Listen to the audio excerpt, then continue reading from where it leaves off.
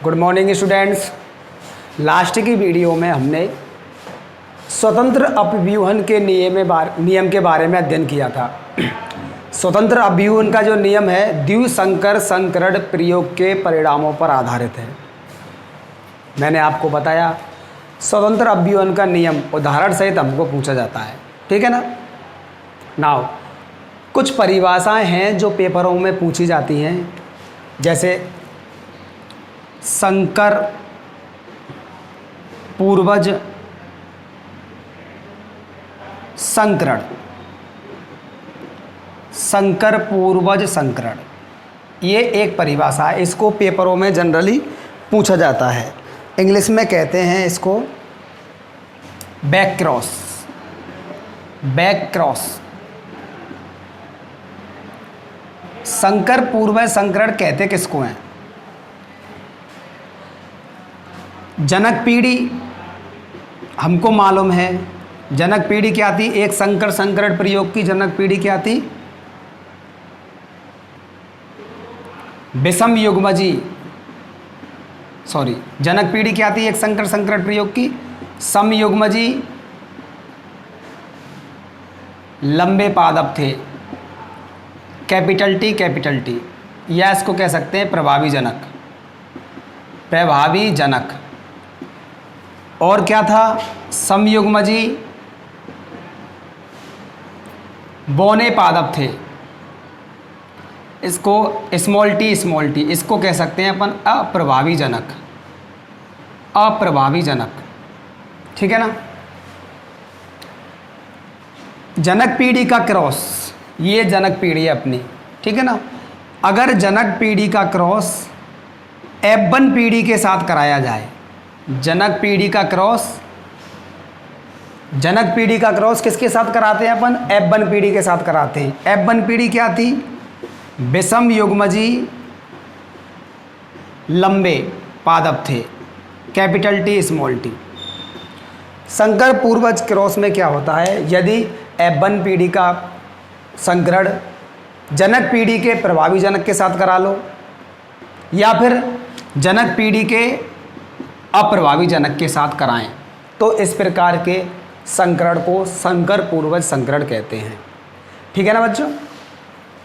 जब F1 पीढ़ी का संकरण जनक पीढ़ी के प्रभावी जनक के साथ या फिर अप्रभावी जनक के साथ कराया जाता है तो इसे संकर पूर्वज संकरण कहते हैं। अब संकर पूर्वज जो संकरण होता है वो दो प्रकार का होता है। पहला है बाह्य क्रॉस, बाह्य संकरण या बाह्य क्रॉस भी कहते हैं इसको, बाह्य संकरण। इसमें क्या करते हैं हम? F1 पीढ़ी का जो संकरण है, F1 पीढ़ी का क्रॉस जो होता है वो जनक पीढ़ी के प्रभावी जनक के साथ कराया जाता है। किसके साथ कराते हैं? प्रभावी जनक के साथ कराते हैं। यदि F1 पीढ़ी का संकरण जनक पीढ़ी के प्रभावी जनक के साथ कराया जाए तो उसे बाह्य क्रॉस कहते हैं, बाह्य संकरण कहते हैं। दूसरा होता है परीक्षण संकरण, परीक्षण संकरण, इसको टेस्ट क्रॉस भी कहते हैं, इसको टेस्ट क्रॉस भी कहते हैं। इसमें क्या करते हैं? F1 पीढ़ी जो है इसका संकरण या इसका क्रॉस जनक पीढ़ी के अप्रभावी जनक के साथ कराते हैं, जनक पीढ़ी के अप्रभावी जनक के साथ कराते हैं। ये था अप्रभावी जनक स्मॉल टी, तो इसे परीक्षण संकरण या फिर बैक क्रॉस कहते हैं, ठीक है ना बच्चों। आप लोग हेडिंग डालें संकर पूर्वज संकरण, आप लोग हेडिंग डालेंगे संकर पूर्वज संकरण, ठीक है ना। कोष्टक में लिख लेंगे बैक क्रॉस।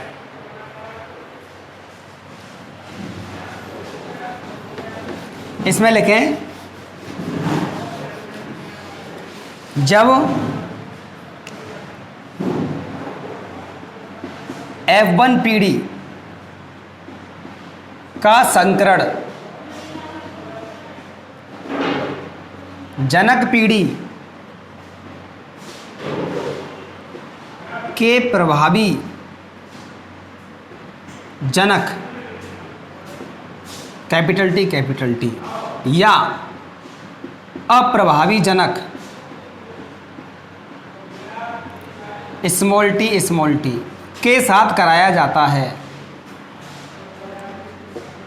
के साथ कराया जाता है, तो इसे संकर पूर्वज संकरण कहते हैं। संकर पूर्वज संकरण कहते हैं।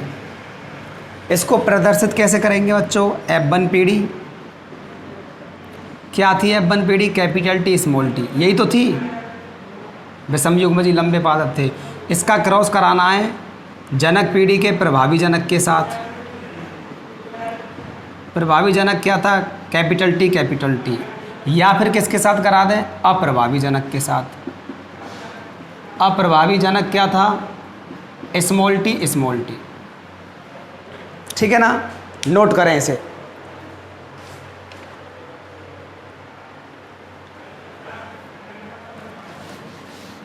नेक्स्ट हेडिंग नोट करें आप लोग,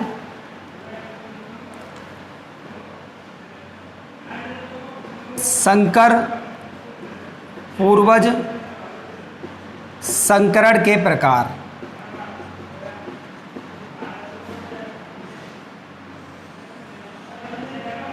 लिखे इसमें यह दो प्रकार का होता है,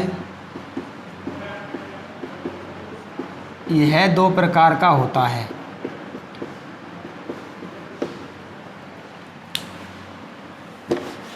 फर्स्ट हेडिंग डाल लेते हैं,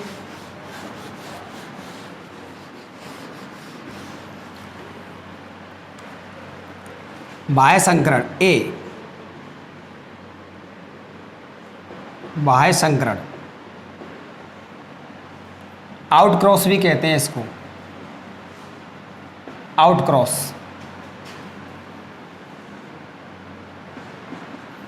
लिखे इसमें, जब F1 पीढ़ी क्या थी? कैपिटल टी स्मॉल टी का संकरण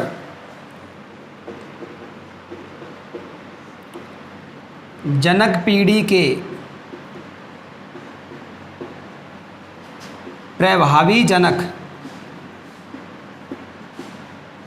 जनक पीढ़ी के प्रभावी जनक के साथ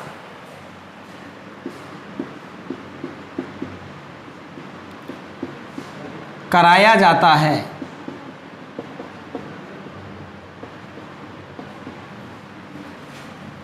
तो इसे बाह्य संकरण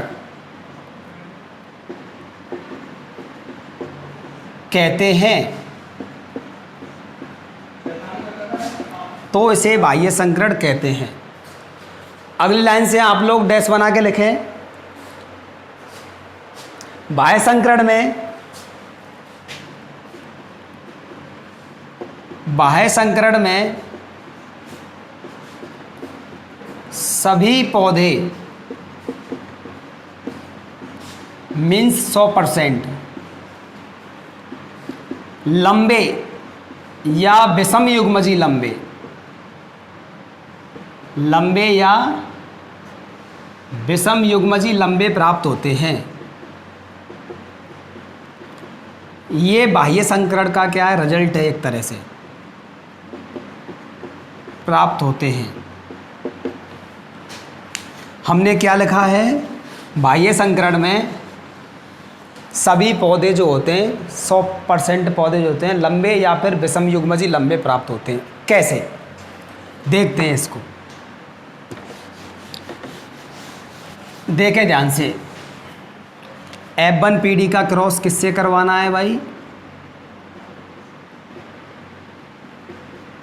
अप्रभावी जनक, सॉरी, प्रभावी जनक के साथ। किसके साथ?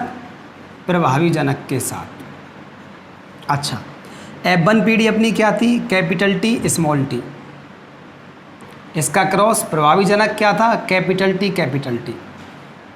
इसके साथ करवाना है हमको, ठीक है ना बच्चों? अब सबसे पहले क्या बनाएंगे? युग्मक बनाना है। क्या बनाना है? युग्मक बनाने हैं हमको। युग्मक तो अर्धसूत्री विभाजन के द्वारा बनेंगे। अर्धसूत्री विभाजन लिख लेंगे। कैपिटल टी स्मॉल टी दोनों अलग अलग हो जाएंगे, पृथक्करण का नियम, ठीक है। एक तरह से यहाँ पर भी युग्मक बनाने हैं हमको, वही अर्धसूत्री विभाजन।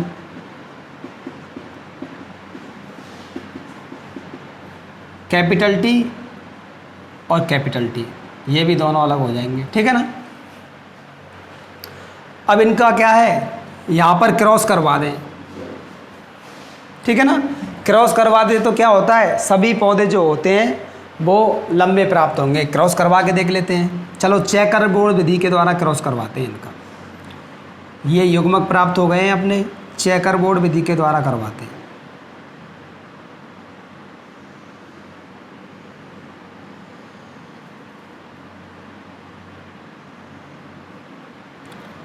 चेकर बोर्ड विधि ये रही।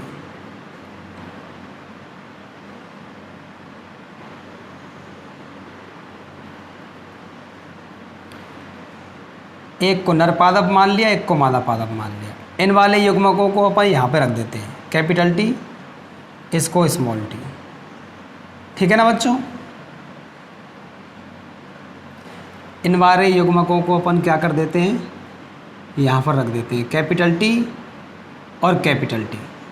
अब दोनों सेम है, चाहे तो इनमें से एक ही युग्मक काम में ले सकते हैं, ठीक है ना, क्योंकि रिजल्ट आएगा वो सेम ही आएगा। अब दो दे रखे हैं, चलो आपके हिसाब से हम दो ले लेते हैं। यहाँ पे इनको यहाँ पे सेट कर दो, इनको यहाँ पर सेट कर दो, ठीक है ना। अब देखेंगे आगे क्या होता है। इसका क्रॉस इससे करवाना है, फिर इसी का इससे करवाना है। देखो कैपिटल टी आएगा, यहाँ भी कैपिटल टी कैपिटल आएगा। कैपिटल टी का सॉरी स्मॉल टी का कैपिटल के साथ करवाना है, पहले कैपिटल लिखेंगे फिर स्मॉल टी, ऐसे यहाँ पे पहले कैपिटल टी फिर स्मॉल टी, ठीक है ना बच्चों। क्रॉस हमने करवा दिया, क्रॉस करवा दिया तो अब क्या करते हैं, पहले आप इतने को नोट कीजिए, उसके बाद देखते हैं लक्षण प्रारूप अनुपात बना के देखेंगे और जीन प्रारूप अनुपात भी बना के देखेंगे। आगे लक्षण प्रारूप अनुपात और जीन प्रारूप अनुपात निकाल के देखते हैं, ठीक है ना बच्चों। देखो सबसे पहले निकालते हैं लक्षण प्रारूप अनुपात।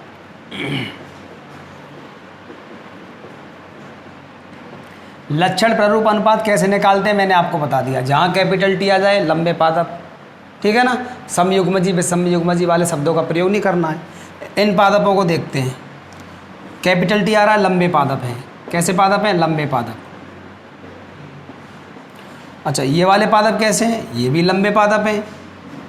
ये वाले पादप ये भी लंबे हैं, ये भी लंबे हैं, ठीक है ना। तो यहाँ पे लिख लेंगे सभी या 100% लंबे पादप। जीन प्रारूप अनुपात की बात करते हैं, जीन प्रारूप अनुपात। चलो देखते हैं ये वाले पादप कैसे हैं, लंबे हैं लेकिन समयुग्मजी हैं। समयुग्मजी लंबे। ये वाले कैसे हैं, लंबे हैं लेकिन ये भी समयुग्मजी हैं। चलो छोड़ो इसी में आ जाएगा। इन वाले पादपों को देखते हैं, लंबे पादप हैं लेकिन विषमयुग्मजी हैं। कैसे हैं, विषमयुग्मजी। विषमयुग्मजी लंबे। ये वाले पादप भी विषमयुग्मजी लंबे हैं। समयुग्मजी लंबे पादप कितने हैं, 50%। विषमयुग्मजी लंबे पादप कितने हैं, ये भी 50% हैं। भाई 100 में से 50 तो इनको मान ले आधे और आधे ये 50% है ना, डिवाइड कर देंगे 1:1 आएगा। अतः हम ये कह सकते हैं कि बाह्य संकरण में जीन प्रारूप अनुपात 1:1 प्राप्त होता है, जबकि लक्षण प्रारूप अनुपात में सभी पौधे लंबे प्राप्त होते हैं। बच्चों हमसे एक मिस्टेक हुई है, जो हमने लास्ट वाली लाइन लिखवाई थी परिभाषा में कि बाह्य संकरण में सभी पौधे लंबे या विषमयुग्मजी लंबे प्राप्त होते हैं। विषमयुग्मजी लंबे को वहाँ से काट दो, ठीक है ना, वो लाइन हो जाएगी सभी पादप लंबे या 100% लंबे प्राप्त होते हैं, ठीक है ना। जीन प्रारूप अनुपात यहाँ पे क्या होता है, 1:1 प्राप्त होता है। तो यहाँ पे लिख लेंगे डैश लगा के, बाह्य संकरण में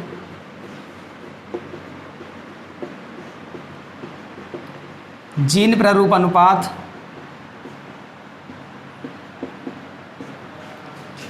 एक अनुपात एक प्राप्त होता है।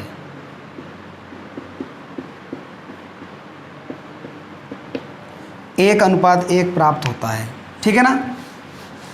Any problem? चलो आगे चलते हैं। आगे बात करते हैं संकर पूर्वज संकरण का जो दूसरा प्रकार है बी, परीक्षण संकरण।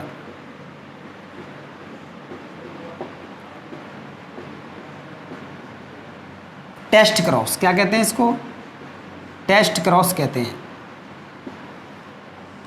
हेडिंग डालने लिखें, जब F1 पीढ़ी का संकरण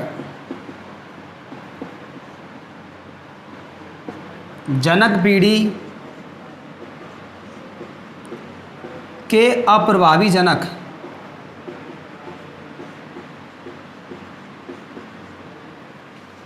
स्मॉल टी के साथ कराया जाता है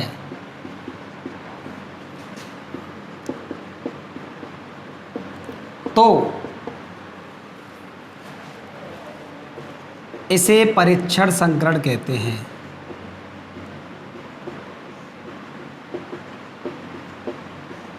परीक्षण संकरण कहते हैं।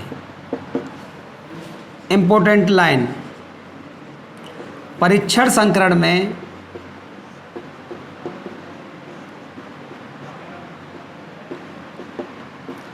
लक्षण प्रारूप अनुपात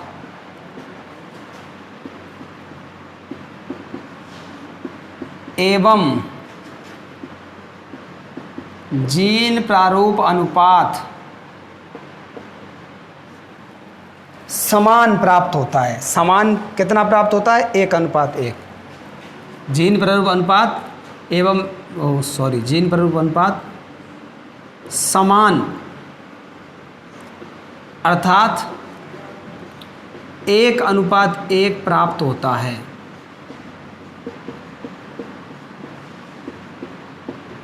ठीक है ना बच्चों? अब कैसे प्राप्त होता है इसको समझते हैं। नोट कर लिया आपने? देखो कैसे प्राप्त होता है, समझते हैं इसको।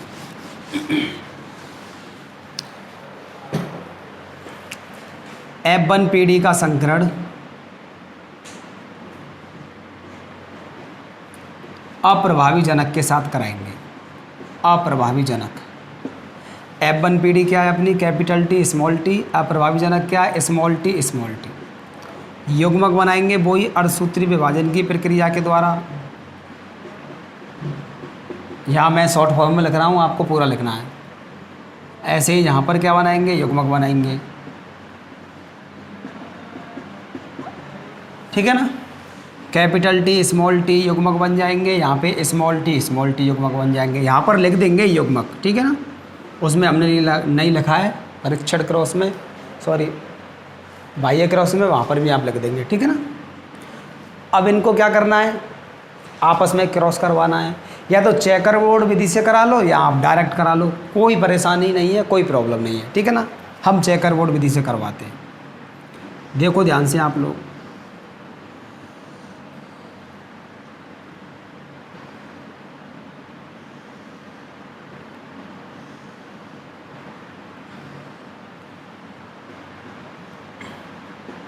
इन वाले युग्मकों को हमने यहाँ पर रख दिया। ठीक है ना? इन वाले युग्मकों मादा जनक मान लिया, एक नर जनक मान लिया। इन वाले युग्मकों को हमने क्या किया? यहाँ पर रख दिया, capital T small T.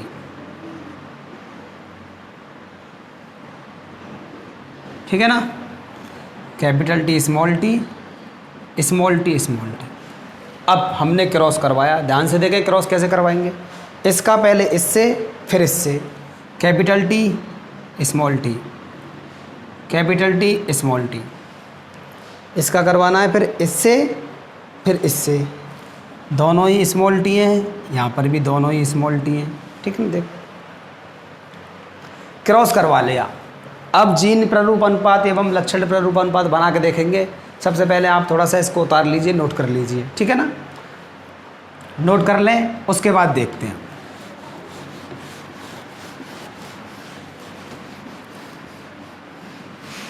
Gene प्रारूप अनुपात और लक्षण प्रारूप अनुपात कैसे निकालेंगे? सबसे पहले निकालेंगे अपन लक्षण प्रारूप अनुपात।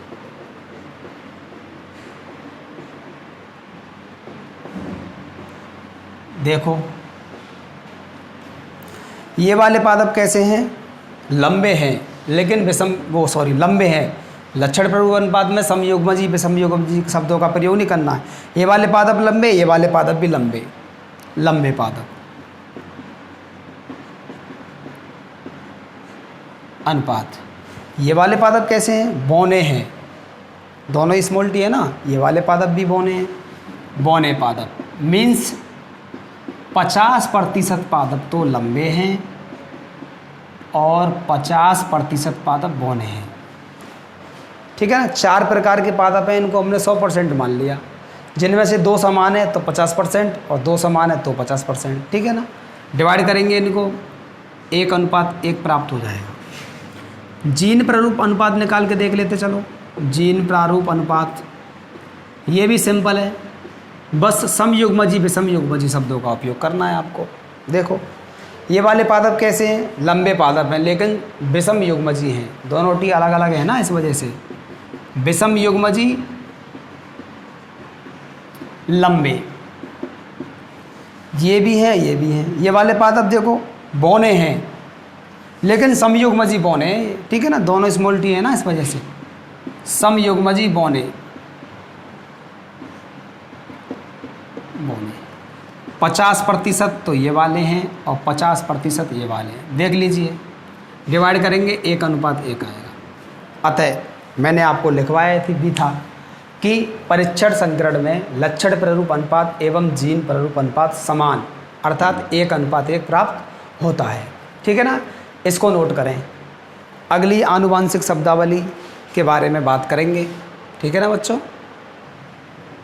नेक्स्ट बच्चों अपनी एक और परिभाषा है जो लगभग 2018 में एग्ज़ाम में पूछा था उसको, ठीक है ना, 2 नंबर में। वो है व्युत्पन्न संकरण। व्युत्पन्न संकरण इसको कहते हैं रेसिप्रोकल क्रॉस। Reciprocal cross. अब व्युत्पन्न संकरण परीक्षा में आ चुका है बोर्ड के एग्ज़ाम में, ठीक है ना, तो इसलिए इम्पोर्टेंट भी है। अब व्युत्पन्न संकरण किसे कहेंगे पहले आप समझो। हम क्रॉस कैसे करवाते हैं? Capital T small T, small T small T, ठीक है ना। मान के चलो ये वाला पादप है, ए वाला पादप है ए, और ये वाला पादप क्या है? बी पादप। जनक है ये वाला ए जनक है, ये वाला कौन सा जनक है? बी जनक है, ठीक है ना। पादप ए पादप, और ये वाला कौन सा पादप है? बी पादप। अब देखिए ए पादप को मान के चलो हम नर जनक के रूप में काम में ले रहे हैं संकरण प्रयोग करवाते समय, और बी पादप को अपन मादा जनक के रूप में काम में ले रहे हैं, ठीक है ना। अगर मान के चलिए ए पादप को हम मादा जनक के हिसाब से ले लें, मादा जनक के रूप में ले लें, और जो बी पादप है ये वाला जिसको मादा जनक के रूप में लिया था, इसको हम नर जनक के रूप में ले लें। किसके रूप में ले लें? नर जनक के रूप में ले लें। देखो नर जनक के रूप में ले लिया, ठीक है ना।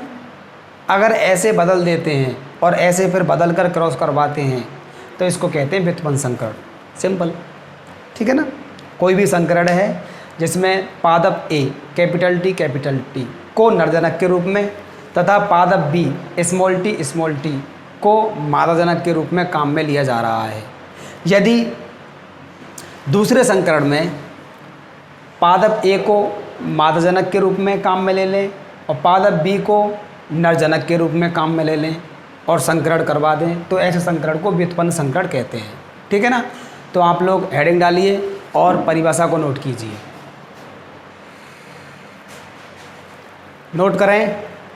वह संकरण जिसमें ए पादप कैपिटल टी को नर के रूप में काम में ले रहे हैं और जो बी पादप जो स्मॉल टी है इसको मादा के रूप में काम में ले रहे हैं, ठीक है ना। यदि दूसरे संकरण में इस ए पादप को मादा के रूप में काम में ले लें और बी पादप को जो है नर के रूप में काम ले लें तो इस प्रकार के संकरण को व्युत्पन्न संकरण कहते हैं, ठीक है ना। अब इस पार्ट का लास्ट टॉपिक बचा है मेंडल के आनुवंशिकता के नियमों के महत्व। हेडिंग डालें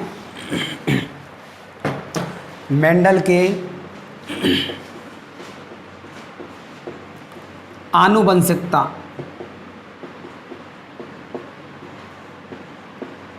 के नियमों का महत्व।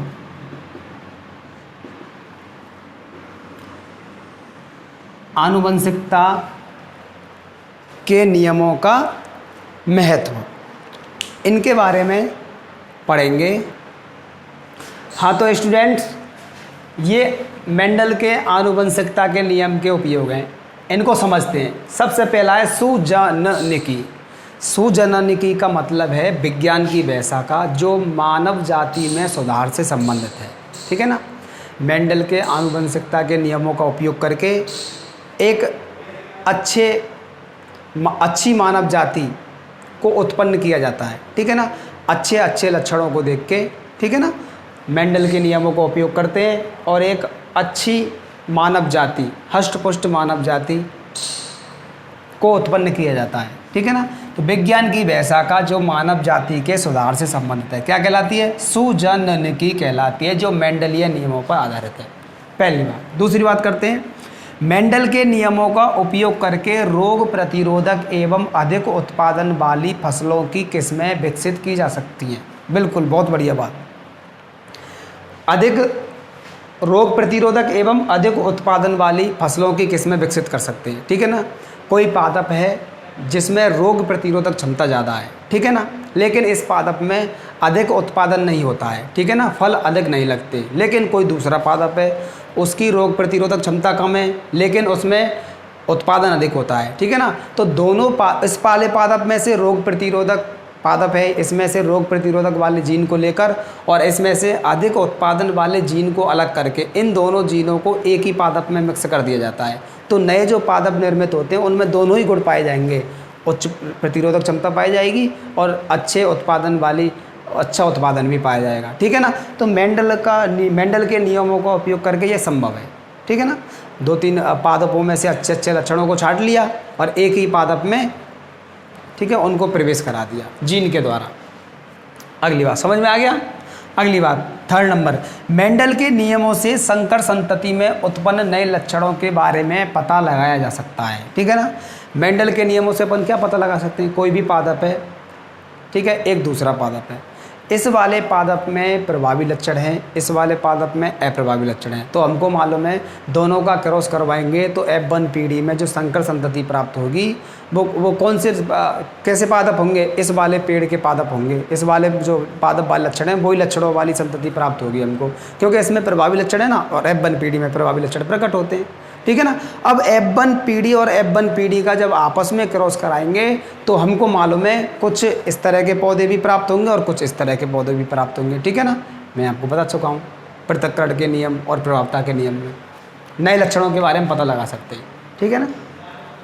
आगे 4th नंबर, मेंडल के पृथक्करण के नियम की प्रस्तुति से जीन संकल्पना की पुष्टि हुई। जीन थ्योरी है, पृथक्करण के नियम से इसकी पुष्टि हुई है, ठीक है ना।